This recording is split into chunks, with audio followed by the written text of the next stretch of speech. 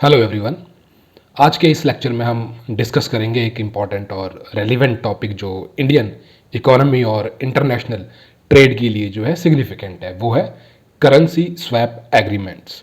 हम समझेंगे कि करेंसी स्वैप एग्रीमेंट्स क्या होता है, इसका इम्पोर्टेंस, फीचर्स, एग्जाम्पल्स और इंडिया का एक्सपीरियंस इस फील्ड में। आपको बिल्कुल क्लियर हो जाएगा कि ये एग्रीमेंट किस तरह से जो है इकोनॉमिक स्टेबिलिटी और बायलैटरल रिलेशनशिप को जो है स्ट्रेंथन करता है। सबसे पहले करेंसी स्वैप एग्रीमेंट को जो है समझते हैं। ये एक जो है फाइनेंशियल एग्रीमेंट होता है जिसमें दो कंट्रीज जो है अपनी करेंसी का जो है एक्सचेंज करती हैं फॉर अ स्पेसिफिक पीरियड।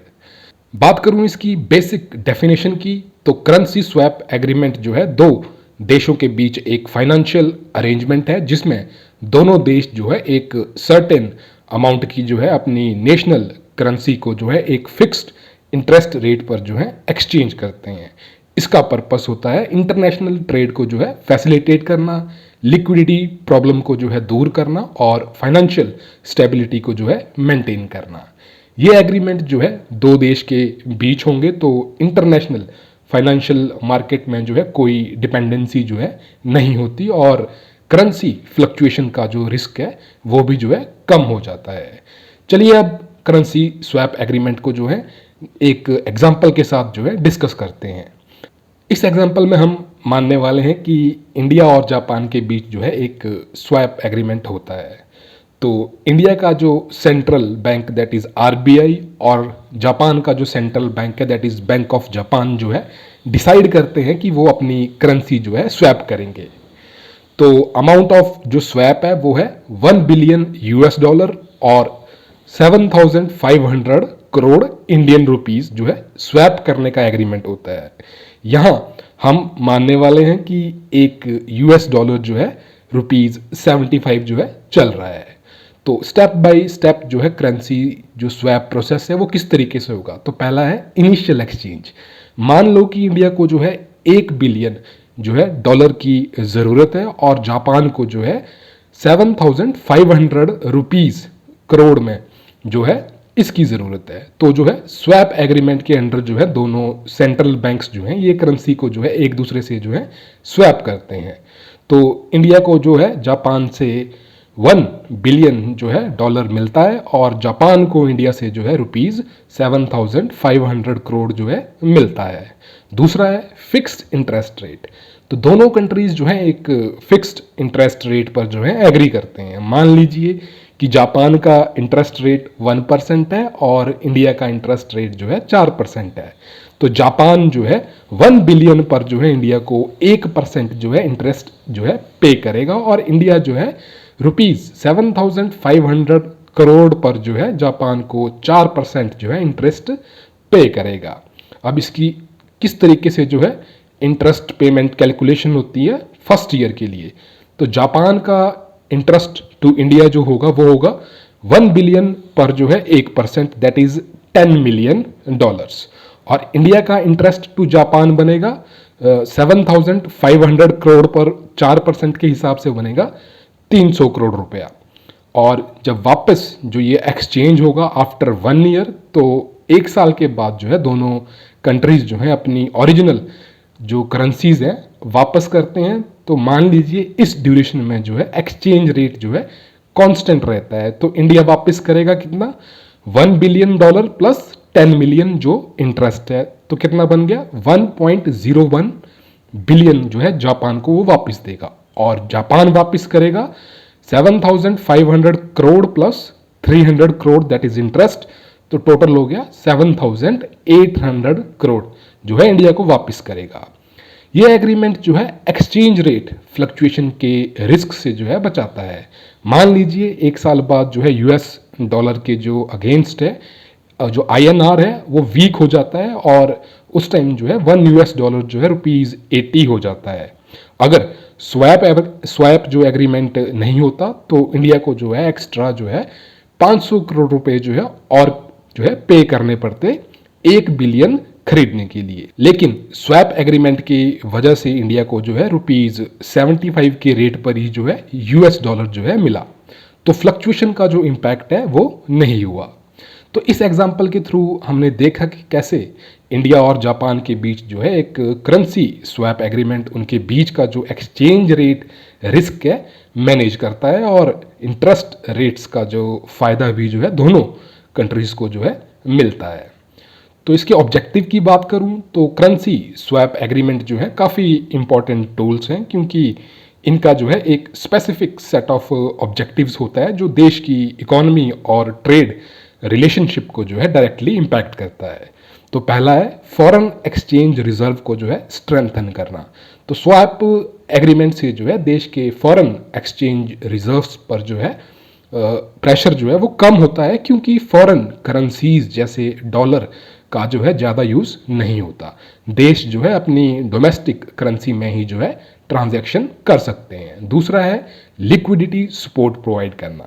जब किसी कंट्री को जो है शॉर्ट टर्म लिक्विडिटी की ज़रूरत होती है तो करेंसी स्वैप एग्रीमेंट से जो है उन्हें सपोर्ट मिलता है, जो उनके फॉरेक्स रिजर्व को जो है सेफ गार्ड करता है। तीसरा एक्सचेंज रेट स्टेबिलिटी।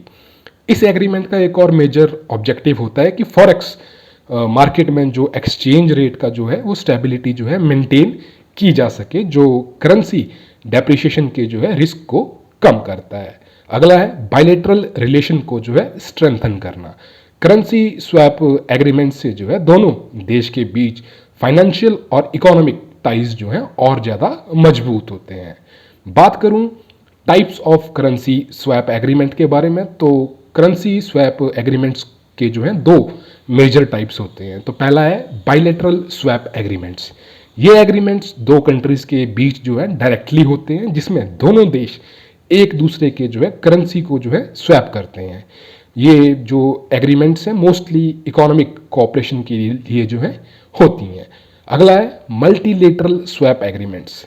इस टाइप का अरेंजमेंट्स जो है मल्टीपल देशों के बीच होता है। ये ज़्यादा जो है थोड़ा कॉम्प्लेक्स होता है, लेकिन इंटरनेशनल ऑर्गेनाइजेशन जैसे आसियान या ब्रिक्स नेशन के थ्रू जो है ये एग्रीमेंट्स जो है इनके अंदर काफ़ी कॉमन है। तो बायलैटरल अरेंजमेंट्स जो है काफ़ी सिंपल होते हैं, क्योंकि इसमें जो है दो ही पार्टीज जो है इन्वॉल्व होती हैं। लेकिन मल्टीलेटरल एग्रीमेंट्स जो होते हैं ये मल्टीपल कंट्रीज जो है इसमें इन्वॉल्व होती हैं, तो नेगोशिएशन और जो टर्म्स हैं वो ज़्यादा डिटेल्ड और कॉम्प्लेक्स हो जाते हैं। इंडिया ने जो है अपने फाइनेंशियल पार्टनरशिप को स्ट्रॉन्ग करने के लिए जो है काफ़ी सिग्निफिकेंट जो है करेंसी स्वैप एग्रीमेंट्स जो हैं साइन किए हैं। ये एग्रीमेंट्स काफ़ी फ़ायदेमंद रहे हैं, खासकर इंडिया के फॉरेन एक्सचेंज रिजर्व्स को मैनेज करने के पर्सपेक्टिव से। तो पहला है India Japan currency swap agreement. India का जो है जापान के साथ एक काफ़ी बड़ा करेंसी स्वैप एग्रीमेंट हुआ था, जो 2018 में जो है साइन किया गया था। ये एग्रीमेंट 75 बिलियन यूएस डॉलर का था, और इसका मेन ऑब्जेक्टिव जो था बायलैटरल इकोनॉमिक टाइज को जो है स्ट्रेंथन करना था, और इस एग्रीमेंट ने जो है लिक्विडिटी और एक्सचेंज रेट स्टेबिलिटी को जो है इंश्योर किया था। दूसरा है India Sri Lanka currency swap agreement. तो इंडिया ने जो है श्रीलंका के साथ भी जो है 400 मिलियन यूएस डॉलर का जो है करेंसी स्वैप एग्रीमेंट जो है साइन किया है। ये एग्रीमेंट जो है कोविड-19 पैंडेमिक के दौरान जो है काफ़ी हेल्पफुल रहा, जब श्रीलंका को जो है लिक्विडिटी क्राइसिस का जो है सामना करना पड़ा। इस एग्रीमेंट से जो है श्रीलंका को इमीडिएट लिक्विडिटी सपोर्ट मिल गया, और फाइनेंशियल क्राइसिस को जो है टेम्पररी मैनेज करने में जो है मदद मिली। अगला है India swap agreement with SAARC nations. तो 2012 में जो है इंडिया ने सार्क कंट्री के साथ भी जो है एक करेंसी स्वैप फ्रेमवर्क जो है इस्टेब्लिश किया था। इसका पर्पस रीजन के देशों को जो है फाइनेंशियल क्राइसिस के टाइम पर जो है लिक्विडिटी सपोर्ट देना था। इस एग्रीमेंट का साइज जो है 2 बिलियन यूएस डॉलर का था, जो इंडिया के इकोनॉमिक लीडरशिप को जो है सार्क रीजन में जो है हाईलाइट करता है। बात करूं advantage of currency swap agreements की, तो करेंसी स्वैप एग्रीमेंट के जो है काफ़ी फ़ायदे हैं, जो बायलैटरल और मल्टीलेटरल रिलेशनशिप को जो है फाइनेंशियल स्टेबिलिटी के पर्सपेक्टिव से जो है काफ़ी जो है स्ट्रेंथन करते हैं। तो पहला है रिस्क रिडक्शन। तो फॉरेक्स मार्केट की फ्लक्चुएशन का जो है रिस्क कम होता है, क्योंकि फॉरेन करेंसीज जो हैं स्पेशली यूएस डॉलर का जो है इन्वॉल्वमेंट कम होता है। दूसरा है बेटर लिक्विडिटी मैनेजमेंट। अगर किसी देश को जो है शॉर्ट टर्म लिक्विडिटी की ज़रूरत होती है तो करेंसी स्वैप के थ्रू जो है उन्हें अपनी करेंसी में जो है फंडिंग मिल जाती है, जो उनके फॉरेक्स रिजर्व पर जो है प्रेशर नहीं डालता। अगला है फाइनेंशियल स्टेबिलिटी। तो इन एग्रीमेंट्स के थ्रू जो है देश फाइनेंशियल क्राइसिस के टाइम में जो है अपनी इकोनॉमी को जो है स्टेबल रख सकते हैं, खासकर जब ग्लोबल इकोनॉमी में जो है डिस्टर्बेंसेस होती हैं। अगला है ट्रेड फैसिलिटेशन। ये एग्रीमेंट्स जो है इंटरनेशनल ट्रेड को जो है काफ़ी स्मूथ बनाते हैं, क्योंकि करेंसी कन्वर्जन का जो है हैसल नहीं होता और बायलेटरल ट्रेड रिलेशन जो है मजबूत बनते हैं। अगला है प्रमोशन ऑफ रीजनल कोऑपरेशन। तो करेंसी स्वैप एग्रीमेंट से जो है रीजनल और बायलेटरल इकोनॉमिक कोऑपरेशन को जो है बूस्ट मिलता है, जैसे इंडिया श्रीलंका या इंडिया जापान के केस में हमने देखा। इन एग्रीमेंट्स ने जो है दोनों देश के टाइज को जो है और ज़्यादा स्ट्रॉन्ग बनाया है। बात करूं challenges and criticism of currency swap agreements के बारे में, जहां करेंसी स्वैप एग्रीमेंट्स के जो हैं कई फ़ायदे हैं, वहीं इसके कुछ लिमिटेशन और चैलेंजेस भी हैं। हम कुछ इंपॉर्टेंट चैलेंजेस जो हैं डिस्कस करते हैं। पहला है short term nature. Swap agreements generally जो है शॉर्ट टर्म होते हैं और इनका लॉन्ग टर्म इकोनॉमिक इम्पैक्ट जो है लिमिटेड हो सकता है। अगर इकोनॉमी को लॉन्ग टर्म लिक्विडिटी इश्यूज का जो है सामना हो तो ये एग्रीमेंट सिर्फ जो है टेम्पररी जो है रिलीफ प्रोवाइड करते हैं। दूसरा, एक्सचेंज रेट रिस्क।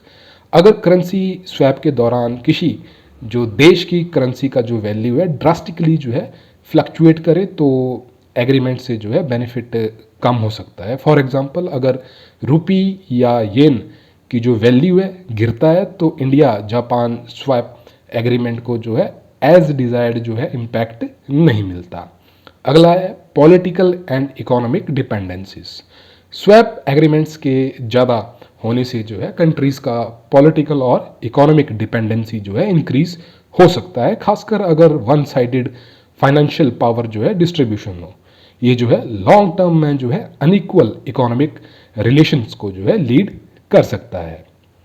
आखिर में हम कुछ ग्लोबल केस स्टडीज़ देखते हैं जो करेंसी स्वैप एग्रीमेंट्स की सक्सेस को जो है हाईलाइट करते हैं।